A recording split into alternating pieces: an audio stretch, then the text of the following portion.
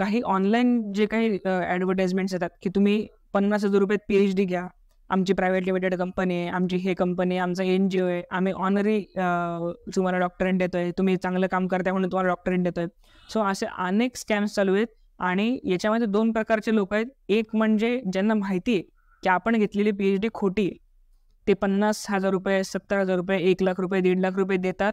दुसऱ्या दिवशी त्यांना PhDचे सर्टिफिकेट मिळतं. त्यांना माहिती असतं हे खोटं आहे. याचं हे कुठेही ग्राह्य धरलं जाणार नाही, ना जॉबसाठी ना कुठे. पण फक्त पुस्तकात टाकण्यासाठी किंवा मग Facebookला टाकण्यासाठी मी डॉक्टर आहे, त्यासाठी लोकं विकत घेतात आणि दुसऱ्यांची दिशाभूल करतात. आता याच्यात स्कॅम कुठे आहे?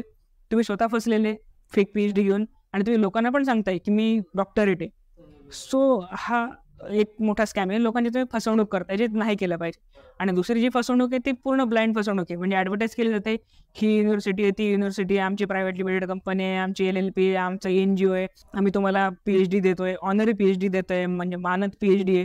तुम्ही तुमच्या याच्यात चांगलं काम केलं आहे. मग त्यांची प्रोसेस एक असते की तुम्ही तुमचा बायोडेटा पाठवा, तुमचं वर्क पाठवा, तुमचे व्हिडिओज पाठवा, मग आमची टीम ते बघेल, मग तुम्हाला एक नॉर्मल फी द्यावी लागेल, मग तुम्हाला PhD मिळेल. अशी खूप मोठी प्रोसेस दाखवतात, पण ही पूर्ण फेक असते.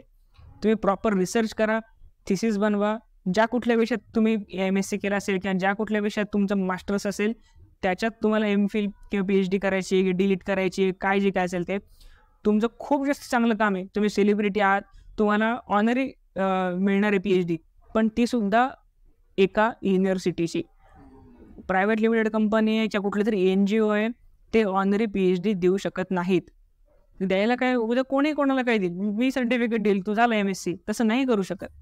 काही मान्यता असतात, ज्या काही सरकारने आखून दिलेले धोरणं आहेत त्यांच्या अंडरच एक सगळ्यात मोठी जी संस्था आहे UGC नावाची, ती वर्क करते.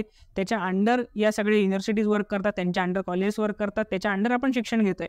आणि एक कोणीतरी असा येतो जो सांगतो की मी PhD घेतली 10,000 रुपयात आणि आता मी डॉक्टर झालोय. असं नाही आहे, हे फेक आहे. तुम्ही स्वतःचीही फसवणूक करताय आणि जगाचीही फसवणूक करताय. आणि लोक मस्त की बॅनर वगैरे छापतात, मग खाली लिहितात डॉक्टर XYZ, मग रस्त्यावर बॅनर आहे, Facebookला आहे, मग लोक त्यांना डॉक्टर म्हणायला लागतं. वा वा वा, हे फक्त बघायला चांगलं आहे, पण याच्यातून फ्रॉड्स वाढत आहेत. ज्याची कोणाची तुम्ही PhD घेतलेली आहे, तुम्हाला माहिती असेल नसेल फेक आहे, पण त्याचा धंदा आता वाढणार आहे, तो अजून जास्त 4 लोकांना फसवणार आहे.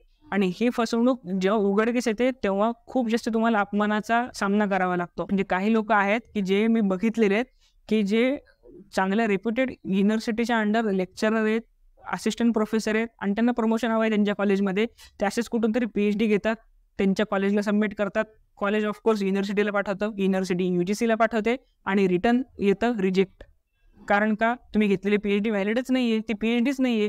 ज्याने दिले त्याच्याकडेच सर्टिफिकेशन ऑथॉरिटी नाही आहे.